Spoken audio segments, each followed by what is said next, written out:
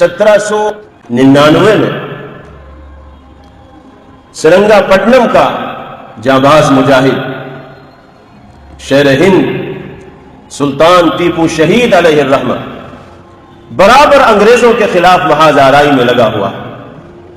اور انگریز یہ محسوس کرتا ہے کہ ہمارے لیے ملک کے اقتدار پر قبضہ جمانے میں سب سے بڑی رکاوٹ سلطان ٹیپو شہید علیہ الرحمہ، ان کو جب تک راستے سے ہٹایا نہیں جائے گا اس وقت تک ہم ہندوستان کے اقتدار پر قابض نہیں ہو پائیں۔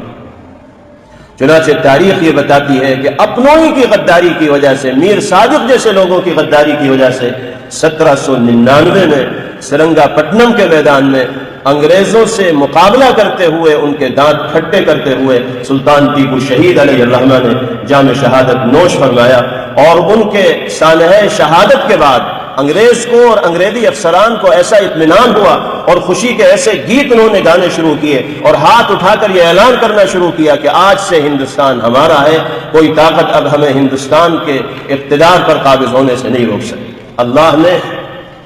اپنے اس بندے کے اندر، اس کے چہرے میں وہ رعب عطا فرمایا تھا کہ ان کے بے جان لاشے کے قریب جانے کی ہمت انگریزی افسران اور جنرل نہیں کر پا رہے تھے۔ ان کے جسم سے روح نکل چکی تھی، وہ بے حس و حرکت تھے، لیکن مورخین لکھتے ہیں کہ رعب ایسا تھا کہ پتا پانی ہو رہا تھا بے جان لاشے کے قریب جانے سے، یہاں تک کہ دور سے ڈلے مار کر دیکھا گیا کہ ابھی کچھ رمق باقی ہے یا باقی نہیں۔ جب یہ یقین ہو گیا کہ اب بالکل جان نکل چکی ہے، تب انگریزی جنرلوں کو یہ ہمت ہوئی کہ وہ سلطان ٹیپو شہید علیہ الرحمہ کے قریب جا سکے۔ اور کتنے افسوس کی بات ہے کہ چند سالوں سے اسی ملک کے اندر مہم چلا کر سلطان ٹیپو شہید علیہ الرحمہ کی شخصیت کو داغدار کرنے کی اور مجروح کرنے کی کوشش کی جا رہی ہے، ان کی ساری خدمات اور قربانیوں پر پانی پھیرنے کی کوشش کی جا رہی ہے، اور جو طبقہ اس طرح کی بدترین حرکتیں کر رہا ہے اس طبقے کو شہ مل رہی ہے ارباب اقتدار کی جانب سے۔ یہ انصاف نہیں، تاریخ کے ساتھ کھلواڑ ہے، یہ ناانصافی کی بدترین مثال ہے کہ جس شخص نے انگریز جیسے دشمن کا مقابلہ کرنے کے لیے سب کچھ داؤ پر لگا دیا، آج اسی